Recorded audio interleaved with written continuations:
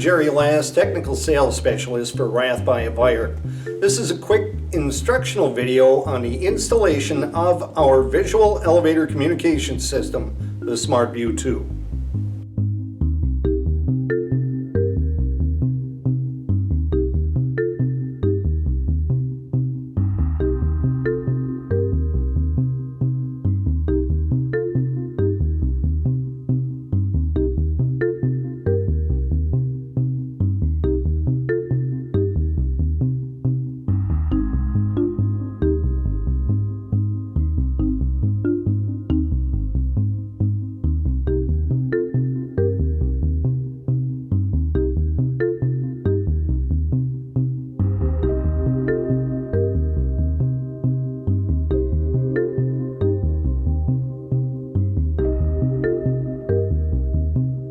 When you receive the equipment from RATH Janus by AVIRE, you're going to get two primary boxes, the elevator unit and the machine room unit.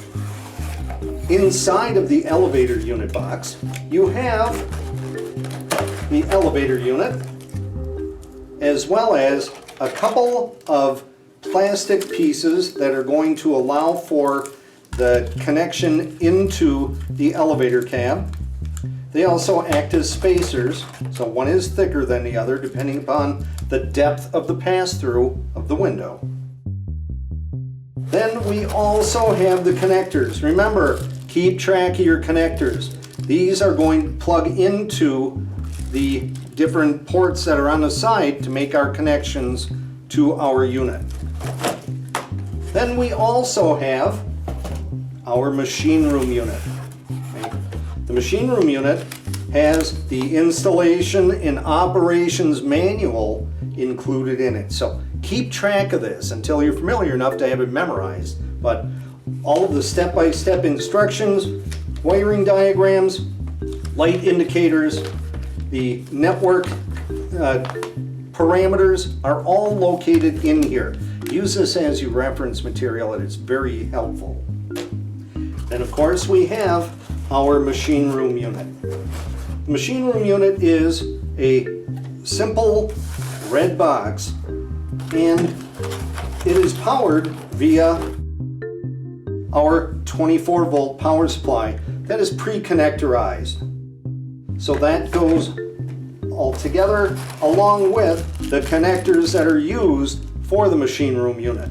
Please note that there are screw holes that are on the side, okay, keystone holes, and we provide you with the screws for mounting that unit on a piece of wood in the machine room. Now that we have our units unboxed and or on site, obviously we have our elevator unit that's going to be mounted in the panel in the elevator car, and we have our machine room unit.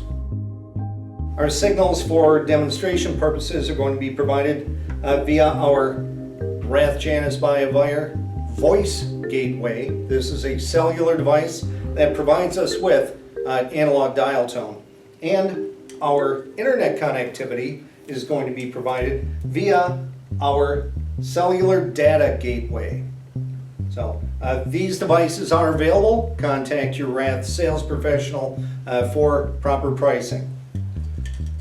When we go through and make our connections, and remember, it doesn't matter if this is from the owner's network or if it's from one of our cellular devices, we are going to plug in our data connection into our Ethernet in port. Ethernet in feeds the internet into the device. Then, on the back side of the unit, we take our pre-connectorized 24-volt power source and we are going to plug that into our power in, ensuring that make sure your polarity is correct. Okay? We know that the transformer is good, so just have that done properly and we'll be in good shape. To get the telephone line connected, if you are bringing in a phone line, I prefer using a standard biscuit jack that is going to be wired out to the red and green terminals. What that does is I'll put my 2-pin connector that plugs into the back of the machine room unit on the opposite end of that, and then I can take a standard silver satin line cord and plug that in. In this case, it happens to be coming from our voice gateway. This could also be coming from a customer's telephone system. They have analog station ports available, or that standard analog POTS or B1 line that we had mentioned before. And that is going to connect to our tell-in connector. So, the other big one on this is our PLC.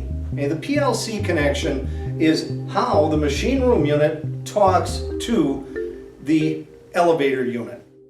Single wire pair through your traveling cable. What you're going to do is wire that out in such a fashion through your traveler that the PLC is going to have the same polarity on both ends.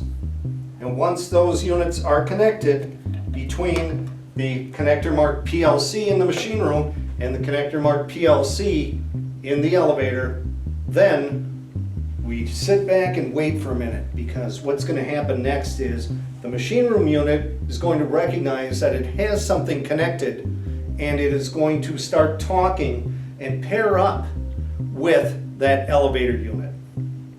Now, while we're awaiting that, please note that there are some additional connectors on here.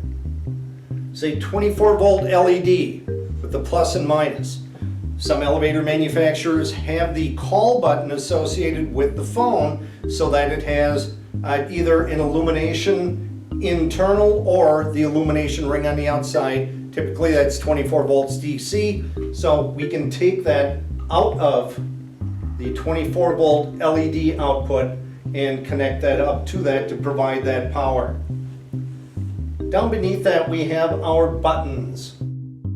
Those buttons are for the yes and no connections. Normally open connections are provided on one of those adapters that we provided you with that you plug in. The top two are normally open for no, just beneath that, normally open for yes. So when the yes or no button, or if you're so using the door open, door close buttons, when it sees that contact closure, it's going to know that you answered yes or no to any of the questions that come in. A couple of additional points on here. We obviously do have an Ethernet port. It's on this.